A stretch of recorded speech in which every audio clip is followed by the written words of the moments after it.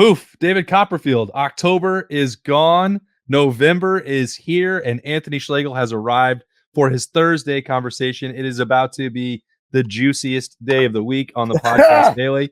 It's time for Anthony Schlegel's thoughts. I'm just Austin Ward, and hey, I'm told, Schlegs, that you had a coach who said November is for who? Contenders? Contenders, right?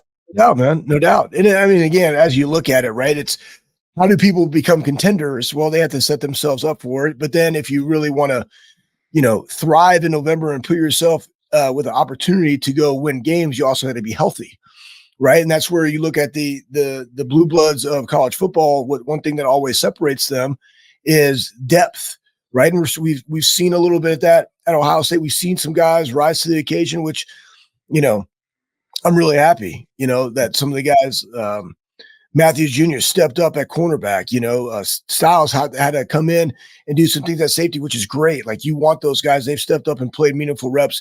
You got Tate on the offensive side, man, I like where we're sitting. But again, as we go through, as you look at those other outlier teams, and this is just for everybody else that's out there, but like the reason the Utahs of the world back in the day, and the reason that even Air Force right now, undefeated, and I mentioned them, is those teams are good, but they got to stay healthy. Are they going to ever be in this college football playoff like picture that we're talking about right now? The answer is no. But if you want to make a deep run into November and then into the college football playoff, especially once they go to this 12-team expansion, it's going to be critical that you have your best players available in those moments, right? And so it's super fun to watch. It's why you love college football. It's why you like watching the rankings, because you get to see what is the committee seeing and what is the committee value on a year-to-year basis. And I think that was something that we saw this last ranking.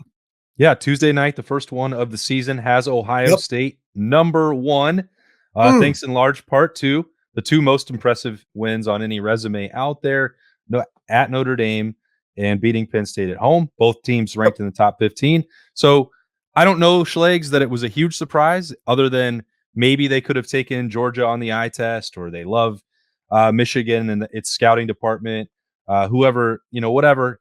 But Ohio State's resume did win the day. And I'm not so much curious about that, because it doesn't matter. If the Buckeyes win out, we know they're going to the playoff.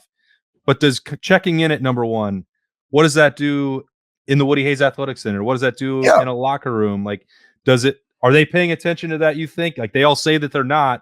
Does it put more pressure on? Does it put a target on their back? Like, does that mean anything to the team itself? It's a great question. So we got a studio audience right here. So we got my man, Devin, my UPS driver. He's listening in. Devin, I see you right there, my man. Anyways, I want to give him a shout out because he's the best. So that being said, I think it validates everything that they talked about in the building to the guys. Just handle your business. Your business is this: to go beat Notre Dame at night, to beat at that point, number 7 ranked Penn State at home. Again, I mean, I still don't understand sometimes the thought process behind the way we view Ohio State football, or any team in that regard. Like, to win is to win. And as long as your team is maturing and getting better in the areas that they are weak, right? Like, that's what you want to see week in and week out. And even in this last game, there were a lot of things that we got to do better. It wasn't Kyle's best game. 3 turnovers is something that he can't do with the playmakers that you have. But you saw some growth in the running game. Part of that is because of Trevion. Like, he played lights out. He had over 200 yards from scrimmage, 45 receiving. 100 whatever rushing. He played lights out. He played with a chip on his shoulder. He looked really fast and explosive. They had some different blocking schemes that they did to get the little toss. I really like that. I really like him running out of the pistol behind the quarterback. It gives him some vision when he comes downfield, and he had some good cutback lanes as opposed to being right next to the quarterback. But that was something that really was evident in this last game. Then you look at even defensively and what they were able to do. Everybody is going to be able to scout you and make some halftime adjustments. Okay. That's what happens. In Wisconsin, they got really good coaching, and to go into Madison at night against a Wisconsin team that is well coached, and to really give up one series, when, remember, you got to remember too, like in this and how I look at the defense and what they've done. I mean, they've been phenomenal, but they had a short field on a turnover. They had a short field on a punt return. and really only gave up 3 points, right? The other one, the guy missed a field goal. So you did your job. They come out of half. Did we want them to see them 3-and-out them and like flip the script of the game? Yeah, but guess what they did? They had a guy that caught a short intermediate pass, was able to take it up the field for I think some like 20 yards. We were kind of vacating the middle because we were like, we're going to make this quarterback beat us. So they ran a designed quarterback run play, and he rattled off some things. That's going to happen. They scored 10 points. Live to fight another day. Were there points out there offensively that we didn't capitalize on? 100%. There's probably 6 points that we left out there, maybe even more if Trevion catches that ball, right? So right. which was a good pass. But here's the deal. I love the way that we're singling out our talent and putting them in positions to succeed, whether it's the shallow crosser or a deep over for Marvin or whatever the case may be, or running the not a jet sweep because that's more inside, but he's going behind the quarterback. It gives you that threat, right? That the defense has to have the right eye control to be able to execute. And then they're lining up in bunch and they're motioning them in. I love how we're designing these things, and just listen, everybody out there, continue to watch as these things evolve, because I don't really think that we've touched the surface of the offense's capabilities. But then now you add in a healthy Emeka when he comes back. That just adds more of a dynamic. And the key is keeping these guys healthy. And this is another thing too that I've heard some rumblings about in terms of injuries at Ohio State or other high level programs. There is very little that you can do from a strength and conditioning department when it comes to structural things that happen in a really violent, chaotic game of football. All right. If guys ligaments, now the soft tissue injuries, those are things that you can go back and assess and evaluate and continue to get in the weeds and assess your program and what you're doing for those things. That's practice volume. That's what are you doing within the training program, et cetera, et cetera. That's a little bit different ballgame. But when it comes to things that are structural, shoulders, knees, high ankle because the guy got on, there's only so much that you can do. You try to bulletproof them as much as they possibly can, and you go on. Like I know for a fact when I was playing, this is my junior year, and people were probably like, why is that guy out there? He looks so slow. Yeah, I'm playing with a Don Joy because at practice I had a guy that ran literally into the outside part of my knee, and I had a second degree tear in my MCL. I just happened to brace it up and practice the next day and didn't miss a beat. Right now, I looked significantly slower, and it made my athleticism look like a nose guard. However, because I was so strong in those, it wasn't completely out for the season, right? So that's part of the program too. But in this picture, again, going back to the question that you asked about the college football playoff and the rankings at Ohio State, I think what it does, it validates what the coaches have been saying in the building, that you are who you are, which is a number one team in the country. You had the 2 most impressive wins of anybody in college football. You're being consistent.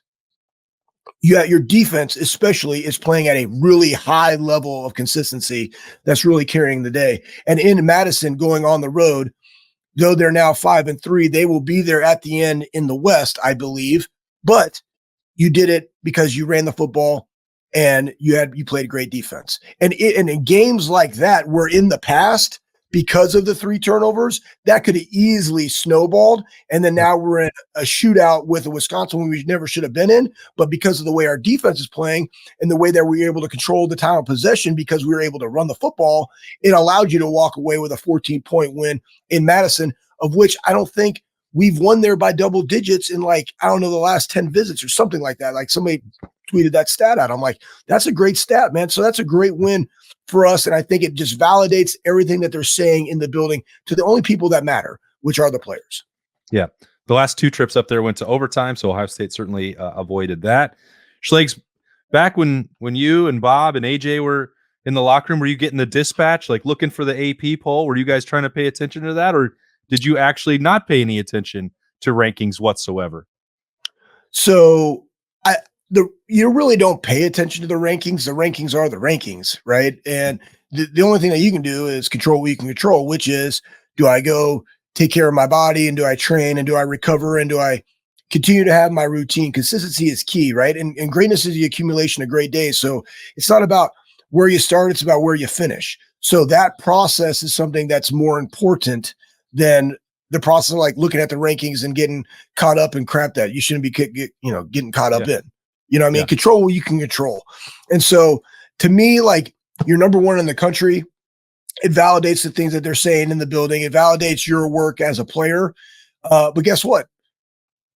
There's people are going to want to take you out. Like, now you're going on the road as the number one ranked team playing against Rutgers. Like, hey guys, there's levels to these things. And the level is we are now in November and we have Rutgers on the road. We know what Rutgers is going to do. And Shiano, man, right? Like, he's going to pull every trick out of the playbook.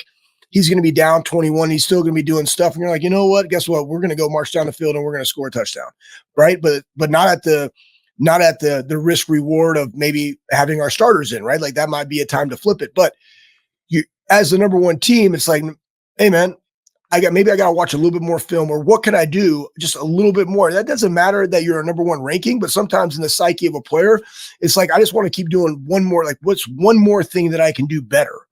And again, the game of football is a skill game, right? In strength conditioning, what we do is we try to look for the limiting factors and enhance those to allow you to go out on the field and perform your skill.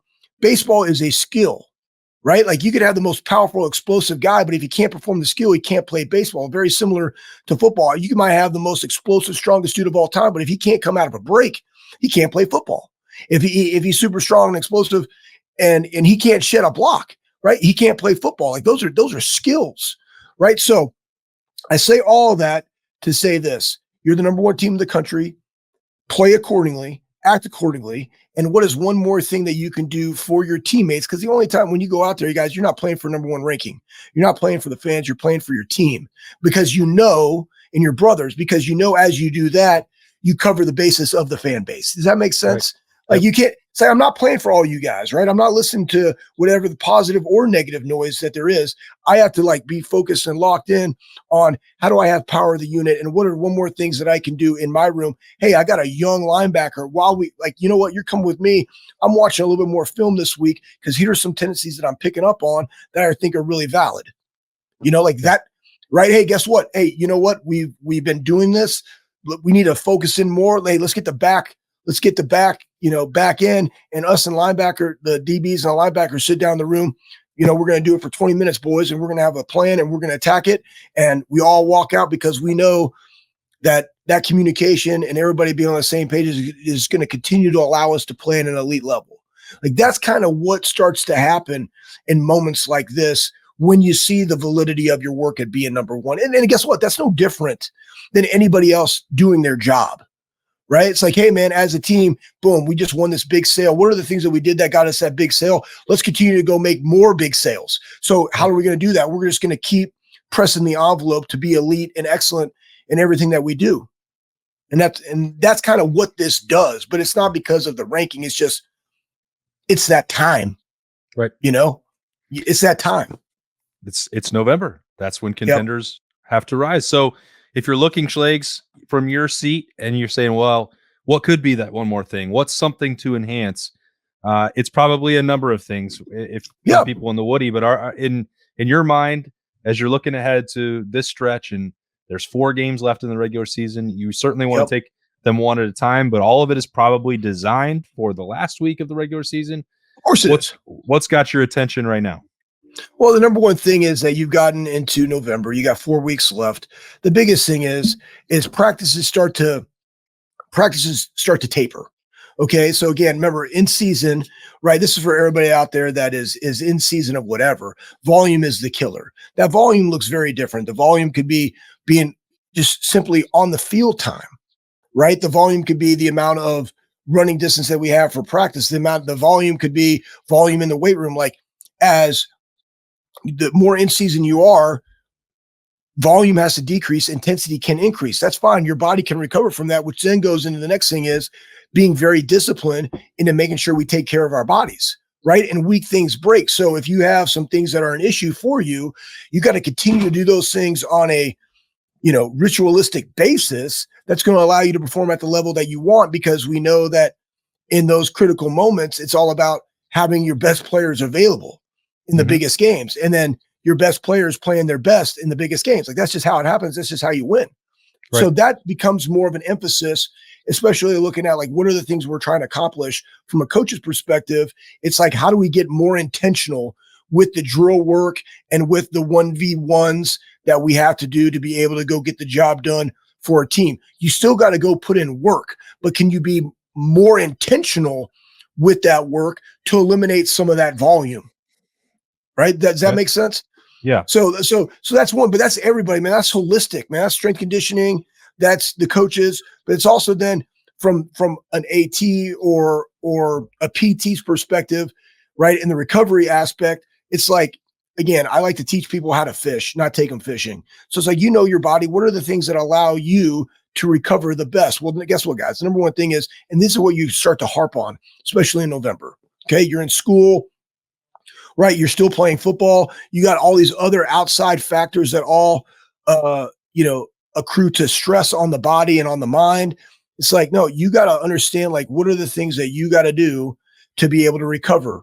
Your central nervous system is important. How do you do that? Are you getting in the float tank? Do you do cryo? Like, whatever the case may be. Hey, do you do dry needling? Yes or no? Well, guess what? You dry needle after a game. You might dry needle on a Thursday. Great. That's you and Stu. Like, you guys figure that out. Do I do cupping? Do I do Graston? What do I do on what days? That's owning your body. You know what I mean? Because you know your body better than anybody else knows your body, but all of those things are at your disposal. So, but it's on you to make sure that you take care of your business. Right now, coaches go in and make sure that you're taking care of it, but it's really not on them, right? You do that because I care about my brother. I want to be out on the field for my brother, and I want to be able to give my brother my best and my max capacity. And in order to do so, I got to do all of those things. That's difficult, man. That's discipline. Right. You know? So, and I can say this, man. I remember we won the national championship in 2014. We always talk about the 10-80-10. The 10-80-10, very simple. The more people that you can get into the 10, the better your team will be. And I think we had over 30 guys that we perceived to be in that top 10, right? And it's to raise the bottom 80 into the mid, into the top 80. And the more of your team that you have toward the top, the better you're going to be. And in that season, this is a staggering stat. And in that season, 21 of 22 starters started the year and ended the year. Yep. Except for the 21 and 22, except for the quarterback. Except for the quarterback. That's amazing, right? The amount of discipline and training and intent with all of those things that I mentioned, strength and conditioning and recovery and practice schedules, etc.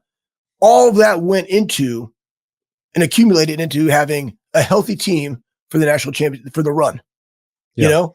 So what does that look like for us? Like, hey man, are you sleeping? Because sleeping is the number one recovery tool of all time. Are you eating properly? That's number two, right? Are you hydrating? And then all the other ancillary things that allow you to recover. So, but that's what they're preaching in the building. And how can you just do one more thing, just 1% more every single day? It does seem like Ohio State's been more intentional with that in terms of recovery for the actual injuries. I mean, we've talked about this for several years in a row, but like Emeka Egbuka was on the line. He was close last week. Well, hey, is this the one that you absolutely have to play? Probably not. So he was in uniform. You know, Travion Henderson was in that situation for the 3 weeks prior. Is this the right time? I would have thought Penn State, like, you got to go get it. That's a matchup game, but like it does seem to me like they've taken a more long-term view on these injuries. And I don't know if that's specific to getting ready for the end of the month here and the rivalry game, or learning maybe from some of the setbacks of Jackson Smith and Jigba a year ago. All right. So great question. My answer is this. You trust the coaching and you trust the depth. Sure. Like, you don't make those things just haphazard, because guess what? You still got to go win the football game to set yourself up to play Michigan on the last game of the year for the East. Like, that's the point, right? So, but you still got to win them all to get to that point. Sure. Yeah. So that being said, what do?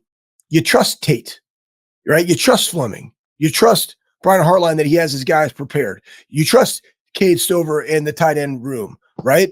Now Trevion's back. He feels good. Boom. We're going to play him, right? There's no threat of re-injury. All right, good. You're going in, right? That comes from like Matthews Jr. coming in, right? I trust the coaches. I trust him. He's ready for that opportunity. because he did his part, the coaches did their part, so you're playing, right? Like that's what you see in this. So you can make those executive decisions about personnel predicated upon the trust that you have for the coach to get the player right, and then seeing it from the player in practice to be able to go execute it when it matters on Saturday. So I think listen, with some of our life's experiences, man, we're always constantly learning. That's 100% something that you got to do in all facets of your life, right? So we're always learning, we're always growing, and we're using those past experiences to help us make better decisions today. So I think all of those things go into that mindset. But to me, it's the trust from the coach and the player to be able to go out, not miss a beat, and still execute at a high level. Regardless, it's better for me to do that and allow this thoroughbred to be able to be fully recovered before we put him back out there, so it doesn't happen again. And you have some of that luxury, because sprinkled in between playing a Notre Dame and a Penn State, you had some other games, right? And sprinkled in between a Penn State and a Michigan, you have some other games. So you're going, into Piscataway, right? You're like, hey, do I have to have all these guys ready? Could you see Emeka being held to a pitch count potentially, right? Could you see Trevion and some other time being spread out accordingly, potentially, right? Mm-hmm. But why? It's all dictated about how you perform in the game that allows you to then execute kind of that game plan. But ultimately, you still got to win the game. So all those things are taken into consideration. But, you got to have the thoroughbreds at the end. All right. That next opportunity is Saturday at noon, Schlegel. Yeah, let's talk about Rutgers. You got some difference makers for me? I got some. Oh, man. Hey, cheers, my man. Look at my guy. Yeah, hey, that was my guy. Kurt Shaver from the Columbus Barrel Boys. Columbus Barrel Company came down, brought me a little something in there. Man, it's good to be back at the shop with my guys. Man, this is a popular shop. I don't get invited into the shop. Let's go here. Yeah. I got my guy Steve Wilson. He's out there doing some stuff with my brother James, and Devin's in here listening, our studio audience, and he's comical. And then I don't know what this is, but thank you, Kurt. It's good to be back, man, in the Midwest.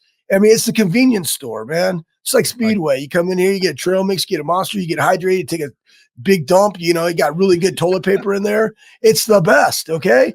Right? Yeah. You got to treat your people right. Anyways, that being said, what was your question? Difference makers. Rutgers, Saturday noon. Yeah, Rutgers. I mean, here, all right, difference makers. Coaching. Coaches, be a difference maker this week. That the thing that we said about Fickle and Shiano, listen, it's not that they know what we do. They know the personnel that we have versus what they have. So I guarantee you, Fick had some stuff in there. The time to be able to use some of those things didn't actually unfold the way that they wanted, and they weren't used. Now, Greg, it doesn't matter the scenario. Stuff's getting pulled out, right? So we saw that long punt return.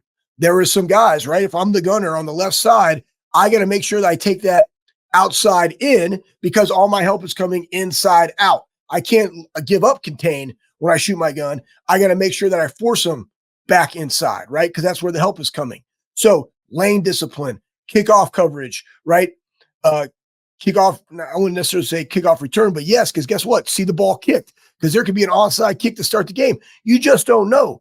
Punt return, punt, they're going to come after it. Like, they're going to do everything they possibly can to steal possessions. So guess what, coaches? Coach your dudes up, right? The fundamentals of the special teams in the kicking game is something that you can easily do to not allow Rutgers to stay in the game. And yes, they got their S back because Rutgers is sitting at 6-2. Right. And why is Rutgers sitting at 6-2? Because they have a defense that's like, in points, they're 12th in the country, and they're a top 5 in passing defense. It's not like it's not going to be not a test. It's going to be a test, man. So when you go look at that from the offensive line perspective, he had 4 sacks last week. So how do we eliminate that? Because we've seen when Kyle has a clean pocket, man, those deep over routes, because we have some longer developing routes that happen that will be open if you give your guys some time. And that was one thing I said, hey, we do a decent job of compared to the run game. But last game, it was the running game that looked significantly better than the pass pro. So again, that goes into consistency. But it's going to be a challenge. So I would say 1, coaching.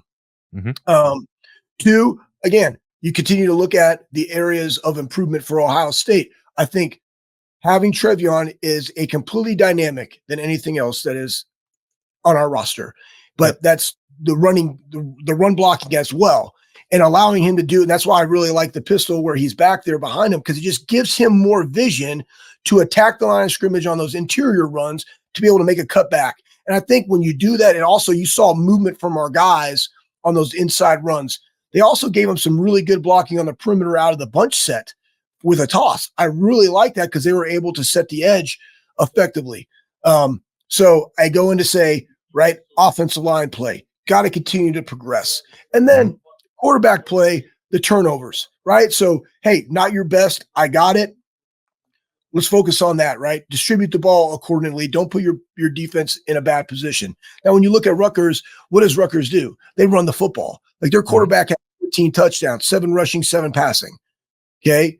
Their main running back has 744 yards. Like they run the football. Like that's what they do. So they're going to try to get you into third and short, right? Third and manageable to go continue to move the chains. Ohio State, we knew in the past, defensively, they were not very good on third down, and they were not very good in red zone defense, and they have significantly gotten better. We've seen multiple goal line stands throughout the season.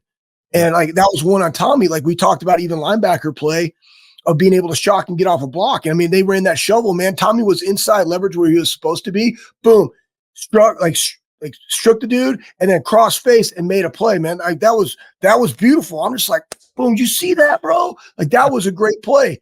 But you know, you're seeing it from a lot of other guys too. And like defensively, so then if you want to talk defense, difference makers, I mean, Talik Williams has done a phenomenal job. I mean, he has 5 PBUs, you know?